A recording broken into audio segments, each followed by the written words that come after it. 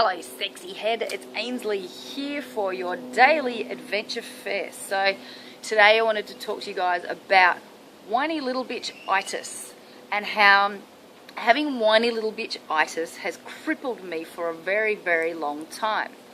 And I noticed this more, well, no, I've seen it in guys as well actually, to be fair. It's not so much, I think as women, like for the women watching this, as women we have this tendency to doubt ourselves a lot more than men do. But I'm still on the fence about that because I have worked with men and, you know, I do see a lot of guys that go through that as well. I think they just hide it better. We're just a little bit more vocal about it. But when it comes to whiny little bitch-itis rather, this is about you holding yourself back by standing in like you need to go somewhere and do something, but you're doing these ones. You're going, oh, I don't know if I can do it. I don't know if I can go, right? And this is a problem because we buy into these emotions, and when we buy into these emotions, then it stops us from doing the thing that we want to do. When I was tour guiding in Western Australia, there was this guy on my tour named Richard, and he was about, I think he actually was 7 foot. He was tall, really tall, big rugby player, English guy. And he was standing, we went to this waterfall, and he was standing on this rock, and it was about, I think about 20 metres high. It was high. I'm not very good with measurements. That's why I make videos and not, you know, do mathematics stuff. Anyway, and he's standing there and everybody else is jumping off. Everyone else is jumping off. And he was just standing there, absolutely shitting himself. Not literally, but he was terrified. And he'd go, but then he'd step back. And he just kept doing this. And everyone was shouting for about 10 minutes, come on, you can do it, and egging him on to do it. And then eventually he went. But again, his resistance came up in his head. But it was too late at that point. And we just watched him drop. It's funny, I shouldn't laugh. But drop from this rock and land sideways in the water. And he pretty much spent the rest of the tour black and blue, in absolute agony because of this stupid little thing that stopped him from actually taking the risk and just going for it, just doing it and landing upright so that not so much gets hurt when you hit the water. And it's a lesson in life where, you know, the whole whiny little bitch-itis, it holds you back from so much. It holds you back from achieving and being, like, and from greatness. I know for me that I've just bought into my emotions so much when it comes to my business. And, you know, like some days I used to wake up and just feel really heavy, but instead of just getting on with the work, I would question it and I keep going, but why is it not working? And why isn't this happening? And why is that not happening? And why am I doing this? And why am I blah, blah, blah, blah, blah. And this is the problem, is that you're creating the problem with this. This is why things aren't working out for you. So, for example, if you're looking for a relationship and you keep doing these questions and these, oh, what's wrong with me? Why isn't it working? Blah, blah, blah. You're going to get really honest with yourself and say, well, what am I not doing? It's kind of an avoidance of doing the actual work. And we don't realise that that's what we're doing, but we are. Like, we're avoiding doing the hard work. Like, if you want to lose weight and you're just constantly going on in your head about why can't you lose weight, you exercise and you eat well, but you're not losing weight. Well, obviously you're not. Like, you're not dedicating yourself enough to do that. You might be thinking you are, but maybe you need to step it up a notch. And so it's this lack of honesty with ourselves that creates this fear and aversion around just bulldozing and doing the thing. And, you know, I mean, that's the best piece of advice anyone can ever give you, is just do it. But, you know, it's too simple. Like, we love to overcomplicate. We're meaning-making machines as humans, so we add meaning to everything we do. Like, I mean, if I look in this garden, I could add meaning to this frangipani tree, and I could add meaning to this, chair. I could add meaning to the way I'm sitting. I could add meaning to anything that I look at and create some kind of emotional connection to it, and put meaning around it. And so when you do that, when you put meaning around your fear, then obviously it's going to get bigger. Like, it just is. And so in order to quash that and kill that fear, you have to just do it. Just go for it. Ask that person out and get rejected. You know, Go for that run every day. Go hard. Work on your mindset.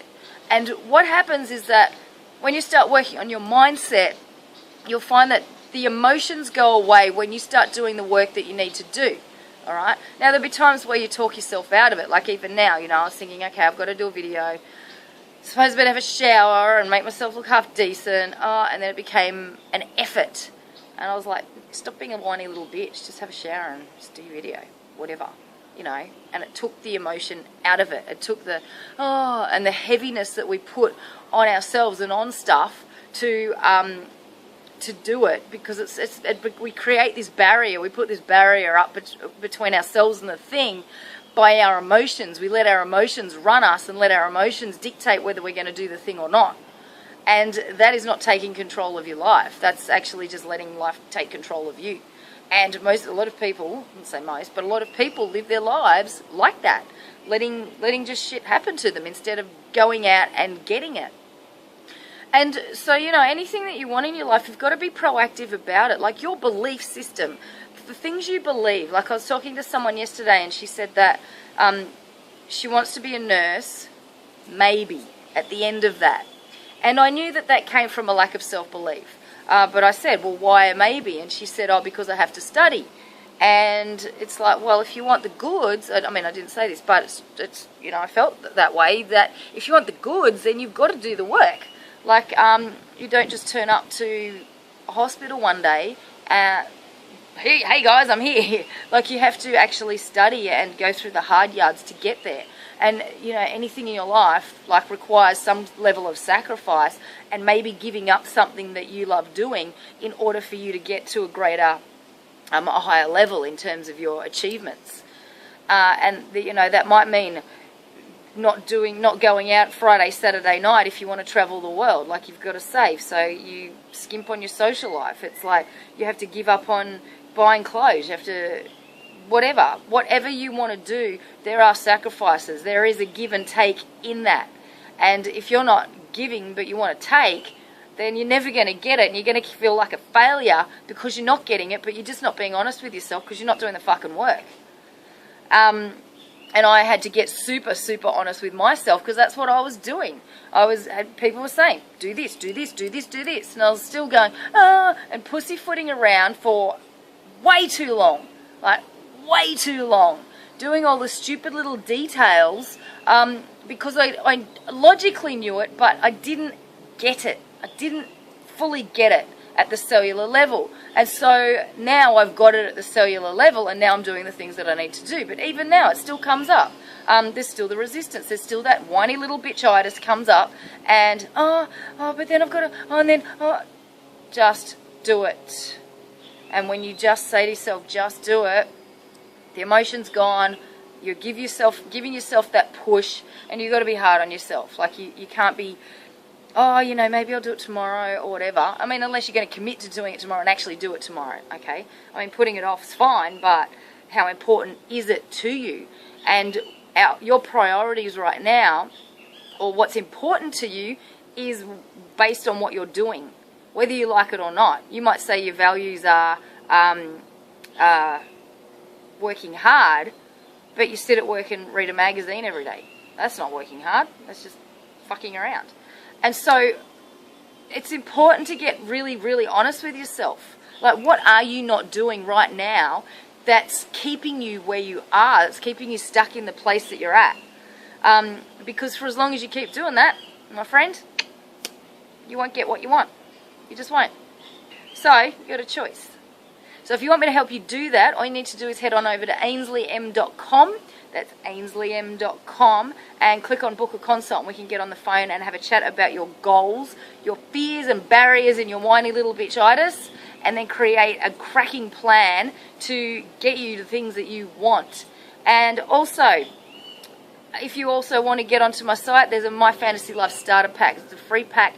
If you want to do it on your own, you can do that. There's my 5 key elements to getting success. The 5 steps I use every single day to live in Mexico and have an online business and just be happy and have the hours to myself and choose my hours and whatever, and argue with my whiny little bitch.